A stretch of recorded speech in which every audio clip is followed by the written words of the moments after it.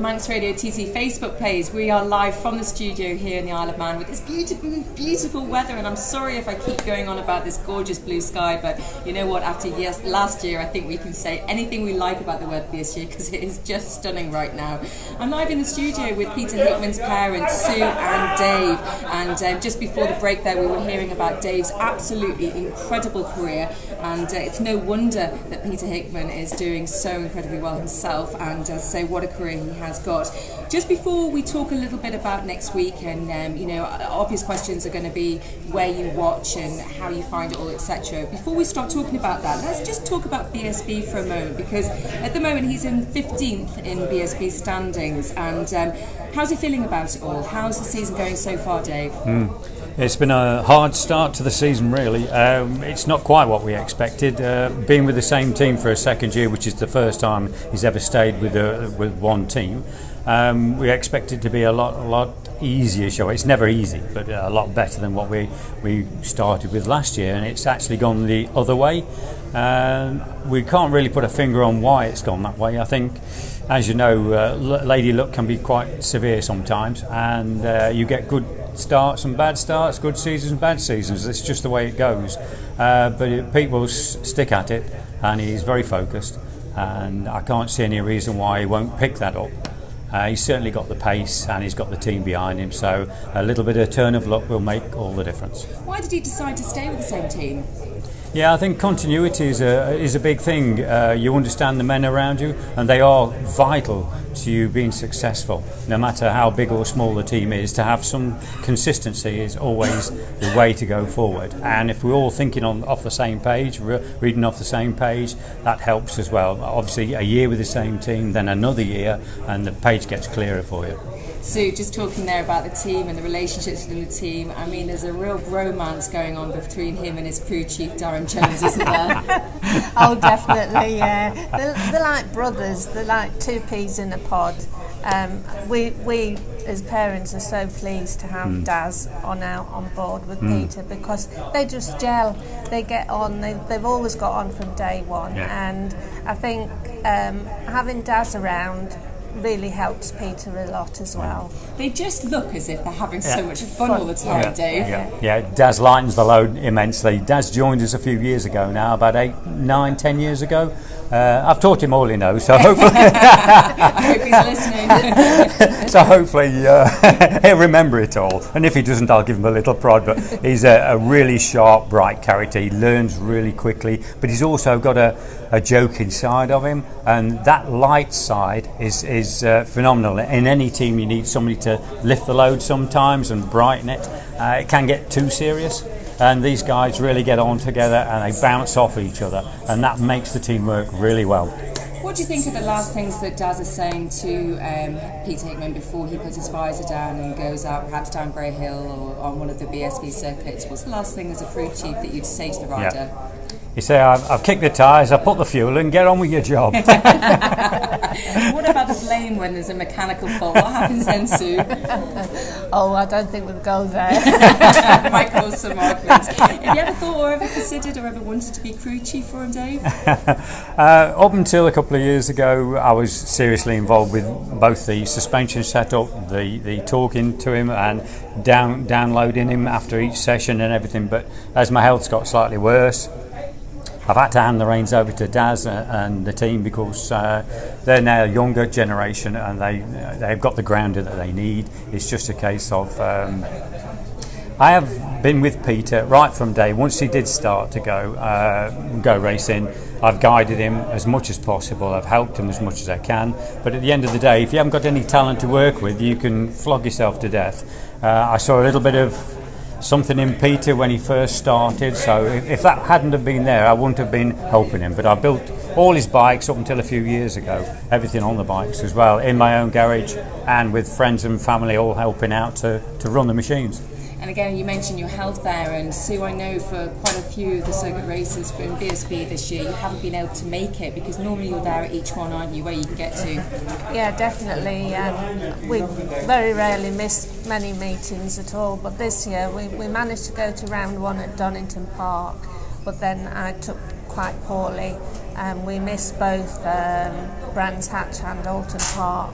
which we were both devastated at, because we like to be a part of the team and to mix with the families as well, because it's very much a family orientated team as well.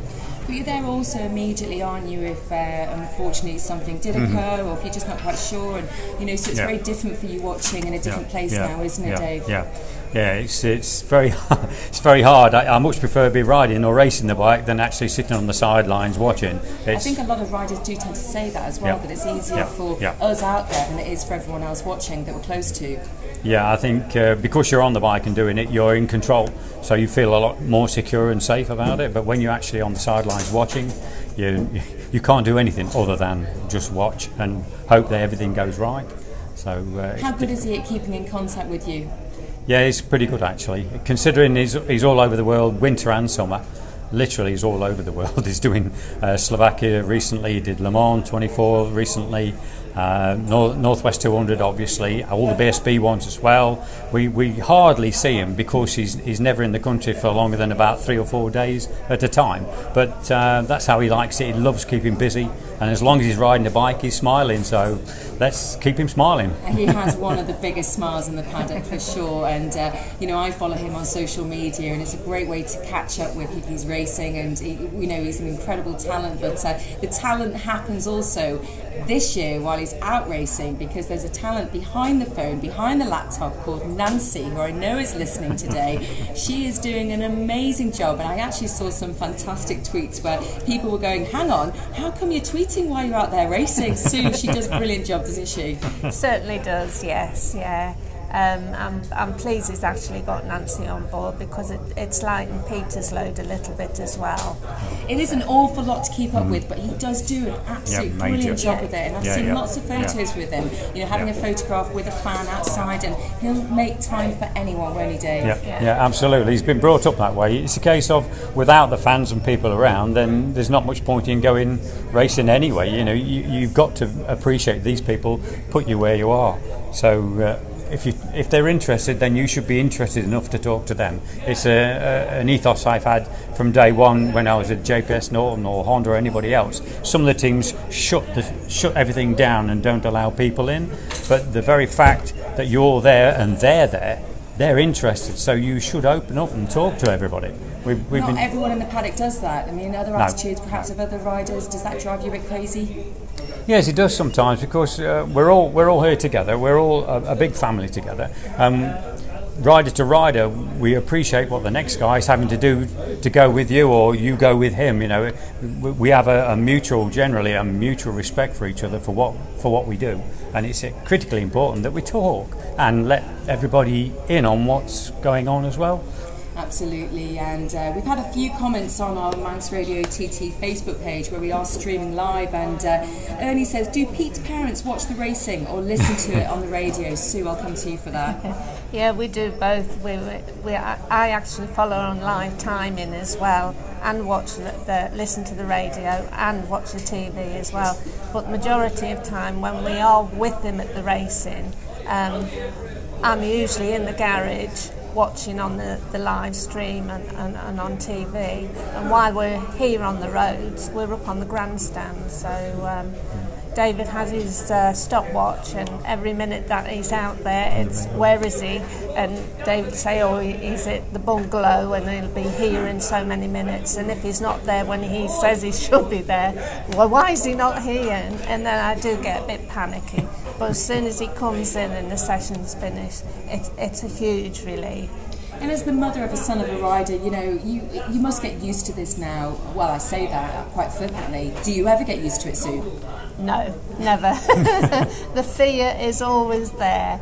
But Peter says, why do you worry, Mum? He says, the time to worry is if something happens, not, while he's out there. So he says, don't worry about it. And then I think to myself, well, this is his job. This is what he does. He's self-preservation out there. So But it's still a big worry. It's still a huge worry. Yeah. So talking about being out riding, last night he felt very comfortable on the Superstock, and also he did some fast laps on the Superbike too. Lots of flies around though, Dave. Yeah. One of the big hazards on a summer evening is the amount of flies that you get on the bike. Luckily, the lads have tear-offs, but even then. Last night I don't think he got enough tear-offs to actually keep his visor clean, so I know most of the laps on the Superbike he actually was sitting above the screen because he couldn't see through the screen for the amount of bugs on it. So difficult. And that sun coming down as well. I mean, it's an absolute unbelievable sunset, but it can be quite hazard, Sue, can't it? Certainly can, yes. I did say to Peter, how does the sun affect you? And he says it is quite bad. Yeah. And Dave, just finishing the interview this afternoon, just looking ahead at next week then, and what your job is going to involve for this year's TT, because obviously taking into account perhaps that you have had a tough, year with your health, and I'm quite worried about you doing too much. So what's your plan for next week when he's out there racing? Relax and try and enjoy it, really. It's just a case of supporting him, that's all, keeping him happy. We do a little talk with each other, usually each time or just before he goes out, same as Daz does when he's on the line. Just keep him calm and safe, and make sure he's as smooth and as quick as he can be without risking. Am I allowed to ask what you tend to say to him, or is that a private moment? No, I don't say that. I just say, generally, I'll say, keep it real, keep it professional. And I think that's one thing that we can all agree within the paddock, is that Peter Hickman is incredibly professional. Thank you so much for taking your time to come to Manx RadioTT and talk to us live on air and also live on Facebook as well. We wish you all the very best, especially with your health, and for a good TT. Yeah. Thank you. And now we're going to be playing to you Albin Lee Meldu. Did I say it right?